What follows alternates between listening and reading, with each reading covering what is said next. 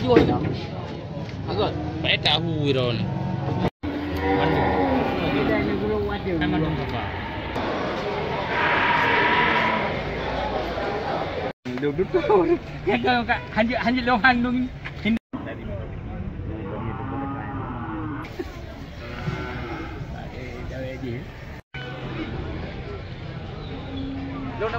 Jualan lagi sepi memang, beda dengan tahun-tahun sebelumnya. Yang mana kalau tahun sebelumnya kita biasanya udah habiskan sekitar 50-60 ekor sapi untuk kurban.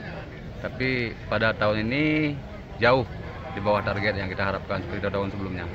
Malah sekarang saya lihat kondisinya lagi menurun. Dari hari-hari biasanya pun jauh kali menurun. Dengan kan kita bilang menjelang hari raya begini, malah dibandingkan dengan hari biasa yang sebelumnya memang agak tinggi jualannya, ini malah lebih sepi dan harga masih sangat jauh di bawah yang kita harapkan. Untuk lembu Aceh yang memang udah layak kurban itu berkisar antara 16 sampai 17 juta. Yang mana tahun-tahun sebelumnya kita bisa jual 18 sampai 19 juta. Juga dengan yang pedagingnya juga. Kalau sebelumnya kita bisa jual untuk daging-daging 100, sebelumnya kita jual harga 17 sampai 18, dan ini malah harga di 16 itu udah paling tinggi kali.